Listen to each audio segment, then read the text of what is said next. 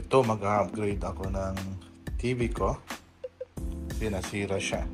So this is the LG UHD 75 inches UR80 model. So ito yung bagong model for 2023. So hinihintay ko yung installer. So ikakabit na lang today. At mamaya tingnan natin kung okay ba yung performance niya or okay, maganda ba siya. Bali, nabili ko ito sa Abenson sa halagang discounted price na 64,000 pesos coming from 72,999. So, malaki yung discount niya. So, ito na lang yung kinuha ko. Bali, ang pinagpilian ko lang yung TCL 75 inches na bagong model din. QLED siya. Pero, ito muna, sabi ni Commander, ito muna yung bilhin namin yung LG. So, galing na ako ng Sony na 65 inches. Samsung Curve na 55 inches. So, nasira silang dalawa recently. So, kailangan natin siyang palitan. Ayan. So, ikakabit ko siya dito sa wall.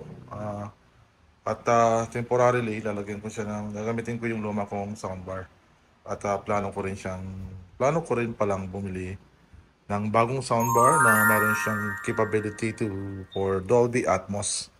Bali, ito yung soundbar ng Samsung. Hindi, meron siyang wireless na subwoofer. Okay? So, yun lang muna.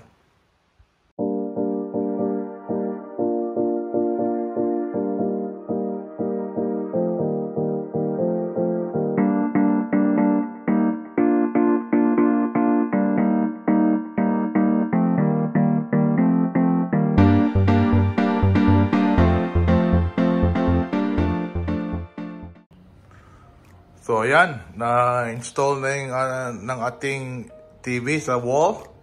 Ayan. So, libre naman ang installation sa Abenson. Ayan. So, naikabit na yung 75 inches na Smart TV. This is an LG 2023 model. So, ito yung kanyang remote. So, meron siyang magic remote. Nakita nyo, parang gumagalaw yung mouse na gano'n. But you can also override naman pag nagpindot ka dito sa kanyang remote. Ayan. At meron siyang voice control. Hindi ko na ipapakita ngayon, but meron siyang Alexa. Kasi meron akong Alexa na controller dito sa baba. Ayan. Alexa, what time is it? The time is 10:39 a.m. Thank you. Ayan. So, ang ganda ng TV na to. Nabili ko ulit siya ng 64,000 sa Abenson with all the discount. This is a UHD 4K TV. Kompleto na siya ng mga application, Netflix, Prime Video, HBO, Apple TV, YouTube. Marami pang mga applications na pwede ka pang mag-download. At ang gamit ko ngayon is yung aking lumang soundbar. This is Samsung soundbar. Ayan. Nalagyan ko siya ng optical cable lang, galing sa TV. At yung soundbar na yan, Samsung, is meron siyang wireless subwoofer nandito. So, maganda yung subwoofer. Napakinggan natin yung tunog niya sa YouTube. Tingnan natin kung kumusta yung tunog niya. So,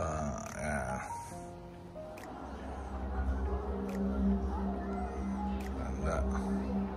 Okay. So, yun lang muna mga kasoundsmith. But so far, ito yung aking setup ngayon. Okay. Ang aking sala. At yung aking speaker. Yung luma kong speaker na JBL is inaayos ko pa lang.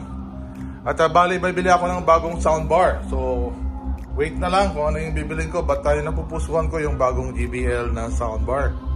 Which is maganda siya. Maganda daw siya. Ayan. So, okay. So, yun lang muna. At sa susunod ulit, at tayo ulit mag-uusap at mag-review ulit ng mga bagong mga sounds at video setup natin. Magandang umaga o magandang araw po sa inyo lahat.